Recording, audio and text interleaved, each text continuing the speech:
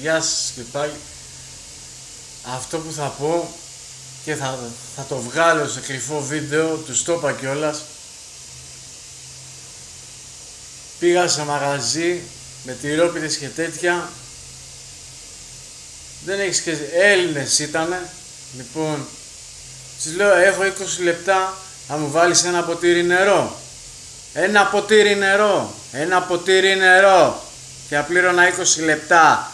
Και μου λέει όχι, μου λέει μπουκαλάκι, μου λέει δεν δίνουμε ποτήρια. Λοιπόν, μόλις έχω κανονική κάμερα. Λοιπόν, αλλά αυτό της το είπα κιόλας ότι κάποια στιγμή θα στείλω άλλο ένα με κρυφή κάμερα να το αποδείξει. Και όχι μόνο σε αυτό, σε πολλά μαγαζιά. Και όχι μόνο αλυσίδες Everest και τέτοια, μαγαζιά, μικρομάγαζα. Αφήνουν τον κόσμο και πεθαίνει της δίψας. Καταλάβατε? Γι' αυτό με βλέπετε τρελαμένο. Αυτό είναι ντροπή και θα το εκθέσω. Μα την Παναγία. Που η Παναγία δεν έχει καμία σχέση.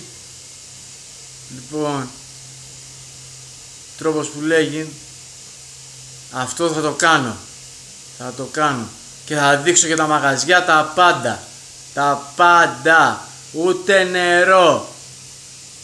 Ούτε νερό. Και έδινα 20 λεπτά για ένα ποτήρι νερό. Και μου λέει όχι μπουκαλάκι.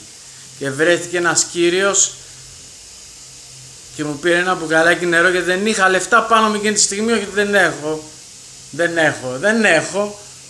Έχω σπίτι 10 ευρώ. Αλλά δεν είχα εκείνη τη στιγμή.